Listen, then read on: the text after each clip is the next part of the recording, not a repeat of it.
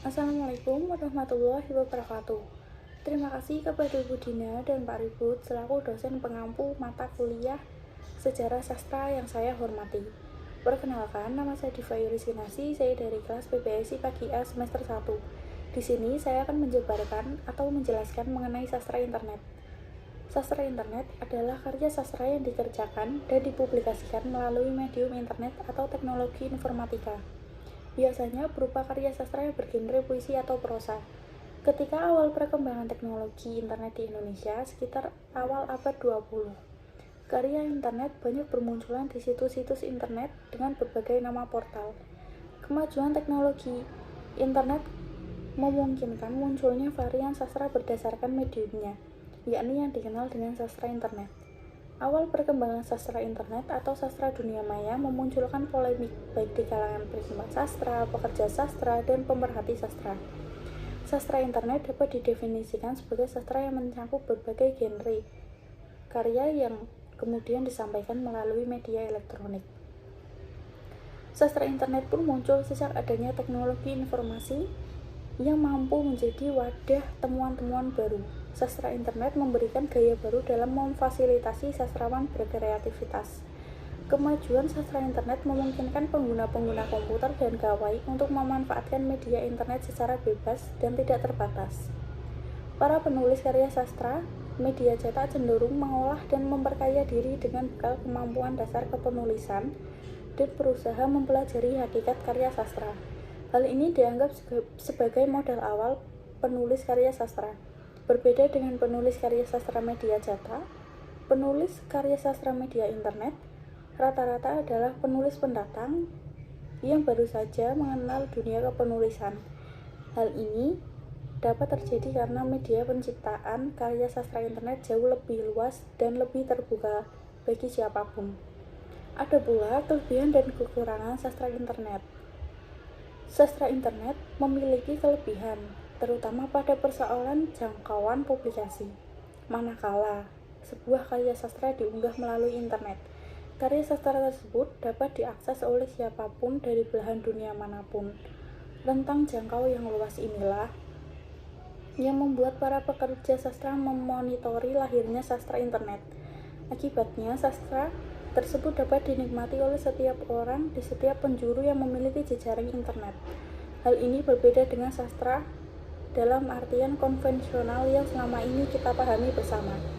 Untuk kekurangan sastra internet, dalam hal ini, fungsi sastra sebagai katasilator dan sebagai alat silaturahmi, konsep sastra internet memang tidak memungkinkan siapapun yang terlibat di dalamnya untuk bersemuka atau bertemu langsung.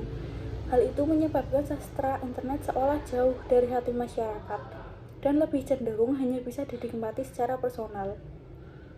Pada sastra konvensional, hal itu tidak akan terjadi karena setiap orang yang terlibat di dalamnya dapat bersemuka atau berinteraksi secara langsung.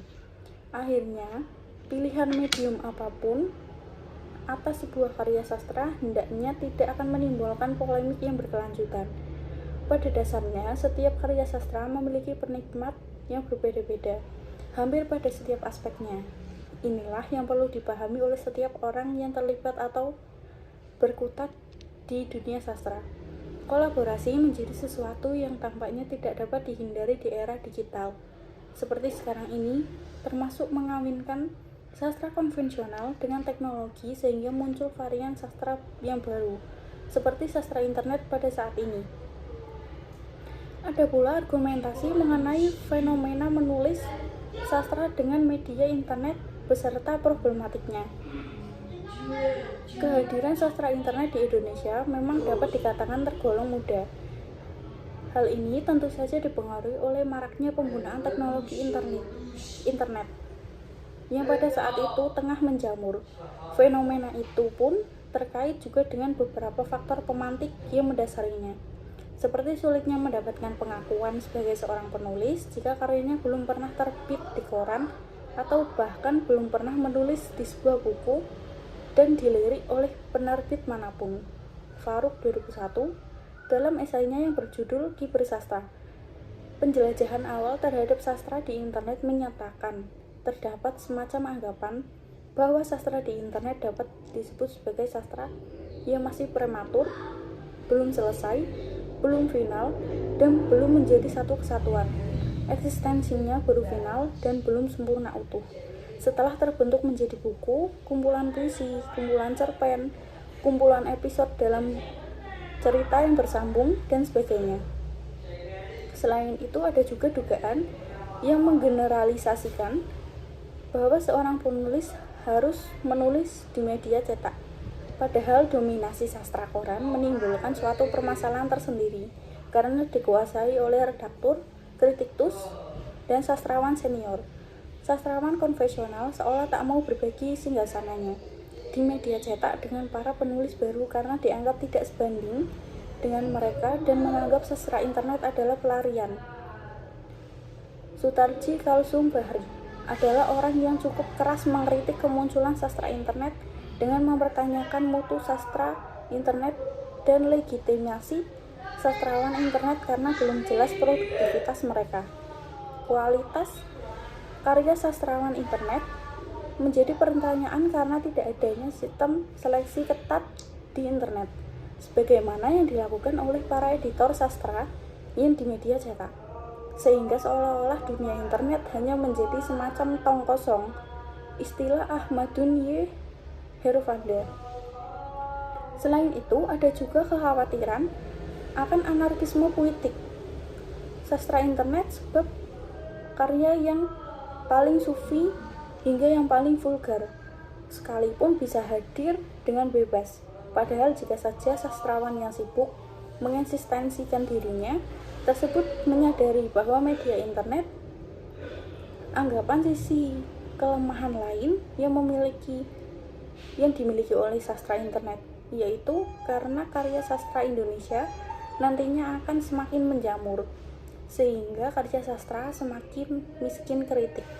Pada akhirnya karya sastra Indonesia hanya untuk diciptakan tetapi sulit untuk menunjukkan pencapaian-pencapaian sebagai representasi dari realitas sosial.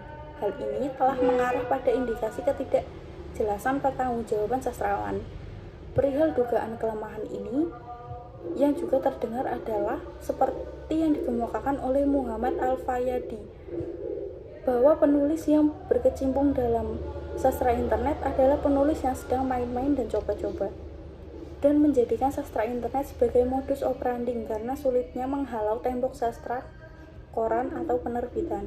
Selain itu, permasalahan mengenai hak cipta dan masalisasi juga memudahkan lahirnya plagiator dengan sistem copy paste yang bukan hanya pengikut atau terpengaruh paham tertentu. Sekian penjelasan dari saya. Mohon maaf jika banyak kesalahan. Terima kasih. Wassalamualaikum warahmatullahi wabarakatuh.